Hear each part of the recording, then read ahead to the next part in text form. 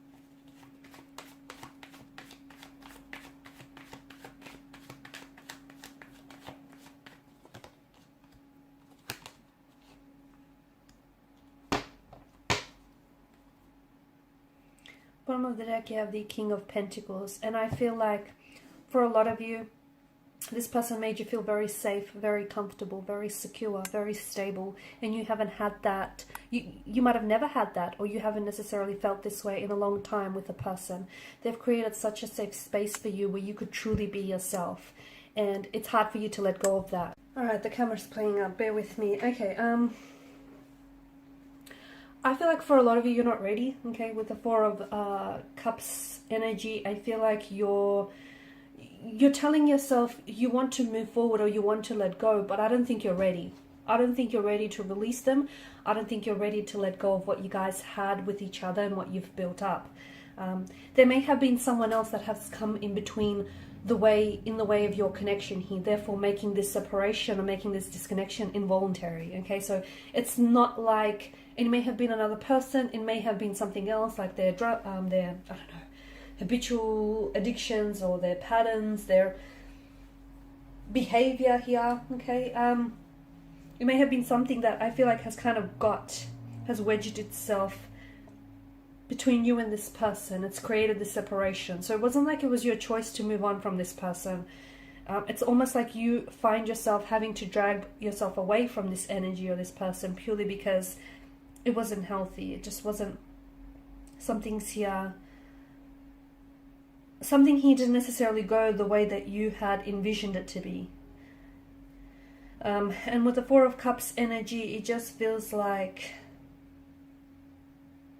you're not ready to move on from them. You're not ready to let go. And I don't think you've made up your mind to do so. I think once you make up your mind to do so, okay, you're governed by air energy here, mental energy. I feel like once you make up your mind, then there'll be no stopping you. Like wild horses won't even be able to drag you away from this. But your mind's not made up, hence why you haven't been able to let them go. A part of you is still holding on because you want to hold on, because you want to hold on to what the two of you had, to what the two of you built, and truth be told, you're just not ready. And if you're not ready, you're not ready. People can come along and they can force you and they can offer you all the advice that you want, but you're not in that space to do so. Not the emotional, not the mental, not the physical space. A part of you is also expecting for this person to come back into your life, okay? And maybe that's because that's the dynamics of the connection that the two of you had set up with one another. You'd guys, you would pull apart only to come back together. You'd fight only to make up together. So a part of you, I feel like, is still, you're kind of sitting around and you're kind of expecting for them to come waltzing back into your life. It feels a little bit different this time because with the Hermit's energy, I do feel like your sense of loneliness is being heightened. Okay, I do feel like this person has disconnected from you, and therefore you feel that much more isolated or alienated, and you feel that much more lonelier here. if you are wanting to cut ties with this individual, and if you are wanting to move on from this individual, even though a part of you wants to stay in it, but the other part of you, you know, is telling you that you should probably leave, because maybe this is someone who isn't able to give you that commitment or that stability, even though they made you feel very safe with them. But at the end of the day, you know, they were maybe a very restless energy or non-committal type of energy, or maybe, you know, they are capable of commitment, but they just weren't ready for it. Maybe you guys, you know, are at two very different stages of your life. And so I feel like if you are someone who does want to eventually cut ties with this energy and move on from them, I do feel like you'll need to spend some time on your own, okay? You'll purposely, right now, try and stay intentionally single so that you can get to know yourself a little bit more, okay? Get to know what you will and won't tolerate, what you do or what you don't want. Because a lot of people, they know what they don't want, but when you ask them what do they want, that's when they scratch their heads and they're unable to give you an answer. So spend more time on your own. What do you want? You know, what type of a relationship will you tolerate? What won't you tolerate? What are your expectations? What are your intentions? Okay, how high or how low is your bar set? Spend some time on your own. Be intentionally single so that you can get to know yourself a little bit more. And once you put, you know, your expectations out there, you're going to attract a partner who is then going to try and meet and match those expectations. If you don't have an aiming point, if you don't have any expectations, well, then neither will your, you know, partner or your romantic energy, because how can you, you know, how do you expect to have someone who's going to come into your life and fulfill expectations that you don't quite have yourself? So if you don't have an aiming point, guess what? You're not going to hit anything, are you? So, you know, I feel like in spending some time on your own as well, you're going to get the answers from inside as well, because maybe the two of you might be able to reconnect one day, okay, and by then, you know, spending some time on your own, going through your own journey in solitude here will lead to a path of growth and transformation. And maybe when you come back together again, the both of you will be so much more, you know, aware, so much more happier and healthier, and so much more ready, okay, for all of this. But in the meantime, I feel like you need to spend some time on your own. They need to spend some time on their own. You each have your own journeys that you need to go, you know, you need to embark on. And also, I feel like not having any contact or communication from them is going to make it that much more, a little bit more easier, okay? It won't necessarily be completely easy to cut ties, but it's going to be easier because you kind of have to quit cold turkey here. Because some of you, I feel like you're still in contact, or you're still in touch, you still communicate, okay? Maybe not on a frequent basis, and I think that's what's helping you still stay attached or still stay connected to this person. I feel like that's what's sort of making it hard for you to really move on from them. So it's just that communication, you know, you guys still talk, you guys still communicate, or even if it's not communication, maybe some of you are like spying on them on a social media platform. What's that doing? You know, how is that benefiting you, especially if this is someone you want to cut ties with?